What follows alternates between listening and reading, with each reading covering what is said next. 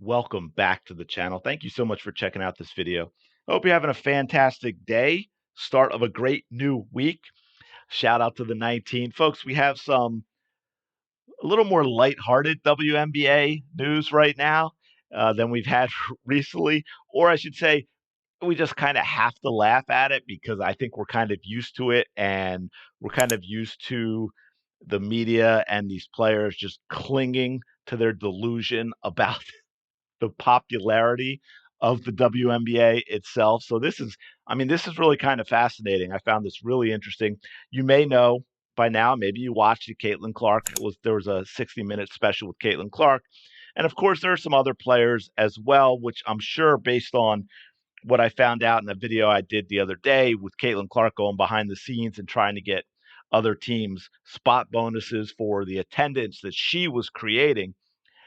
I wouldn't surprise me at all if she went to CBS to 60 Minutes and say, "Hey, can we get some other players maybe involved? Get this a little bit more about the WNBA and not just me." That would not surprise me at all. Of course, it wouldn't surprise me at all if that's what CBS wanted to do as well, so they wouldn't get a whole lot of hate for just being Caitlin Clark stans and having something completely about her, even though, of course, they knew they had to make it focused on Caitlin Clark because that is what would bring in the viewers, which is what makes this even funnier. So, John Wortham, I'm not sure. Yeah, I would probably say Wertheim, but that sounds, I don't know. Anyway, Johnny, he makes curious comments, not to be confused with Anthony Michael Hall playing Johnny in Johnny Be Good many, many years ago. Um, yes, it was terrible, but I like sports. I like sports movies. I got to watch them all, even before my time. But it was not The Longest Yard. Let me put it that way. But anyway, back on track. He makes curious comment about WNBA Caitlin Clark breakthrough on 60 Minutes. Yeah, he absolutely did. And we're going to talk about it because this is fascinating. Uh, According to Johnny, Caitlin Clark was unquestionably the league's main attraction, but not the only one. He got a little leeway in that description there. But here's where he gets really crazy. The real breakthrough star of this WNBA season is the W itself, Johnny said. Building off a college season which was unimaginable just a few years ago, the women's championship game outdrew the men. W games can draw more eyeballs than NBA games do. League wide, attendance is up 48%. Okay, Johnny, we're going to dig into this a little bit. First of all, the college season that you're saying was so unimaginable that the W built off of, that was Caitlin Clark's college season. And then Caitlin Clark entered the WNBA. What part aren't you getting? In fact, I think I have it right here. These are Caitlin Clark's final 3 games before entering the WNBA. And as you can see here, her final 3 games of her IO career all broke the record for most watched women's college basketball game, the last one being the NCAA final against South Carolina, which outdrew the men's game. 12.3 million versus LSU in the regional final in the Final Eight. 14.2 million versus UConn. 18.7 million versus South Carolina. So, John, this college season, this quote is what you're justifying to call the W the real breakout star, not Caitlin Clark, is all built on Caitlin Clark.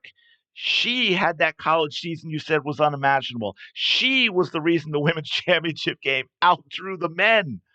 Oh, and as far as more eyeballs than NBA games do, also Caitlin Clark. League wide, attendance is up 48%. I think more than half of that is Caitlin Clark. Oh my goodness, I'm gonna have an aneurysm. But to that point, right here, Caitlin Clark WNBA ratings records, ESPN 2.3 million, CBS 2.25 million, ABC 2.2 million, ESPN2 2.1 million. By the way, there were complaints years ago when WNBA got taken off of ESPN and put on ESPN2, and they were very upset with that and how terrible it was to do that, and they weren't supporting the league and so on and so forth because they wouldn't be able to draw eyeballs. Caitlin Clark seems to be able to draw eyeballs. Ion, 1.6 million, and NBA TV, which is much, much smaller, that is still the record, 678,000. Those are all Indiana Fever games. Those are all Caitlin Clark games. Clark's games drew 1.178 million. These are TV ratings. All other games drew a measly 394,000. Caitlin Clark 3x'd the rest of the WNBA.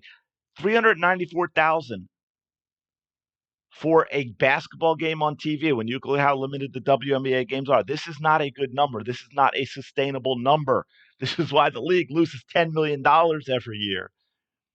By the way, that 1.178 million, that goes up to 1.59 million per game if you take out NBA TV, which, as you can see, as I said, much, much smaller. So it definitely pulls down the number by like, what, 500,000 here.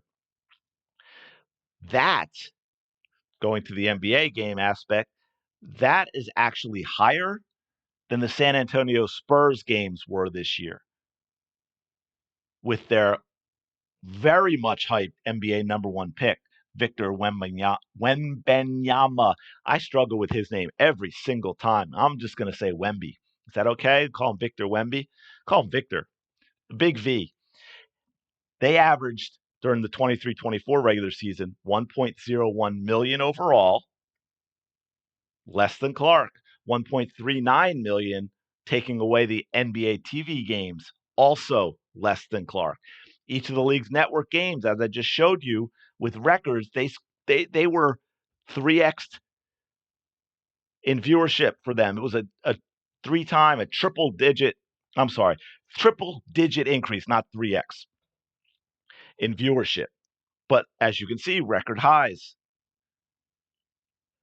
As you know, as I talked about before, not a million viewer season since 2008, but there have been 23 this year, 20 of them with Caitlin Clark. 2 of the other 3 were lead-ins to Clark. There was one single game without Caitlin Clark or the Caitlin Clark effect that drew over a million. I believe it was 1.22 million. By the way, the record for million viewer plus audiences goes all the way back to 98. There were 15 of them. Clark alone topped that mark this season with 20. Now, how about yesterday's playoff games? Right? So we had the Minnesota Lynx, which drew 8,506 yesterday. Minnesota Lynx draw 9,292 per game in the regular season. They drew fewer, almost 800 people fewer than they had for the regular season for the playoff game. Well, Caitlin Clark wasn't playing. Speaking of, remember that 9,292, because if you take away Caitlin Clark in their other, I think 18, right? I think Caitlin Clark was in Minnesota twice. Their other 18 games actually only averaged 8,213. It went down by over 1,000 per game when you take out the Caitlin Clark games. But yeah, the W's the breakthrough star.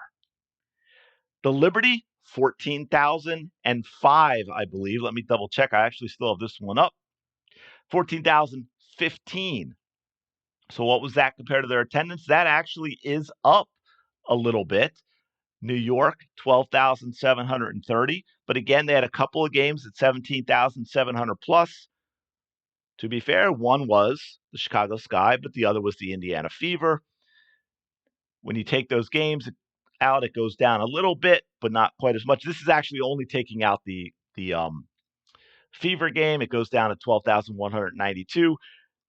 Going to 14,015, not a huge increase when again you can seat almost 18,000. But again, no Caitlin Clark. No Caitlin Clark. These are not good attendance numbers. The Indiana Fever set a home and away attendance record for the league, and they did it in 26 games. They played 40. They had already set the record in 26, and then they built on it. You have right here 6 teams averaging under 9,000 fans per game. That is absolutely insane. Well, when Caitlin Clark's not there, it might be a little different. No, it still ends up being the same. Oh yeah, because you have the links are a little bit higher, but you have teams that have no capacity. I mean, you have the Sparks, the Wing, I mean, look at some of these. Look at some of these numbers that they draw. And again, Atlanta Dream. Look at this, 4,744. But what is that without Caitlin Clark? 3,316.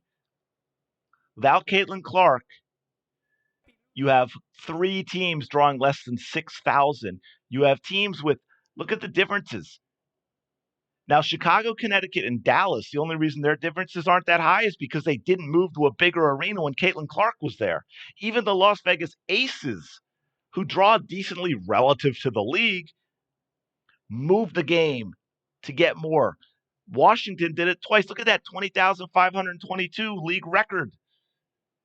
And I think they had another game with over 19,000 that was Caitlin Clark. But against everyone else, they draw fewer than 5,000. Atlanta, 3,300. Dallas, 5,800. Jim Buddy, it's Caitlin Clark.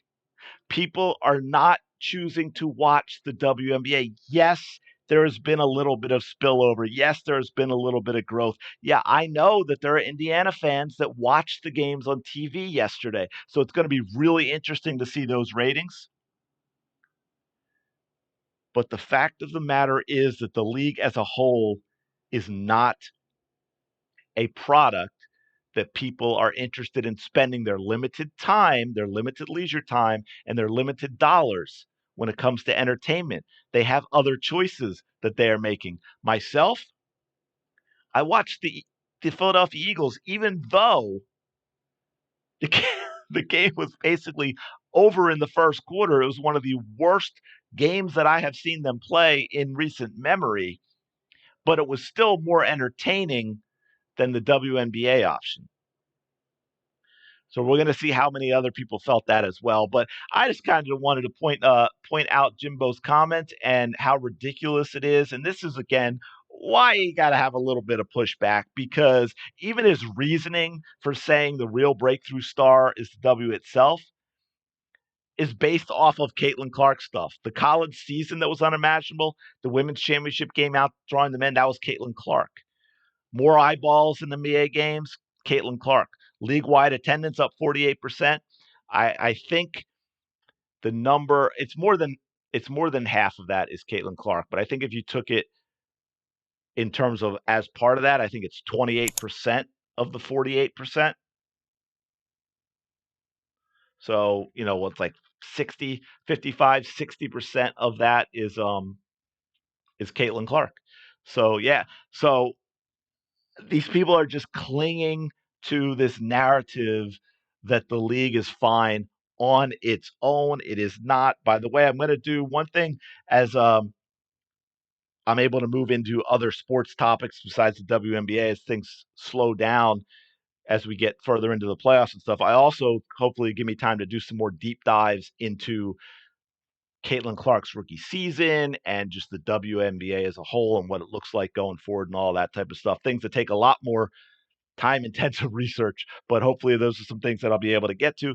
Don't forget, if you're enjoying the content, please like, comment, subscribe. Let me know your thoughts on this below. What do you think about this insightful reporting from Jimbo here? I keep saying Jimbo when I called him Johnny. See, I went from John to that's not fair. Yeah, John. See, I called Johnny and then anyway, Jimbo, Johnny, what's the difference, right? They're all saying the same thing. Let me know your thoughts in the comments below. Don't forget to like, comment, and subscribe, and I will talk to you later.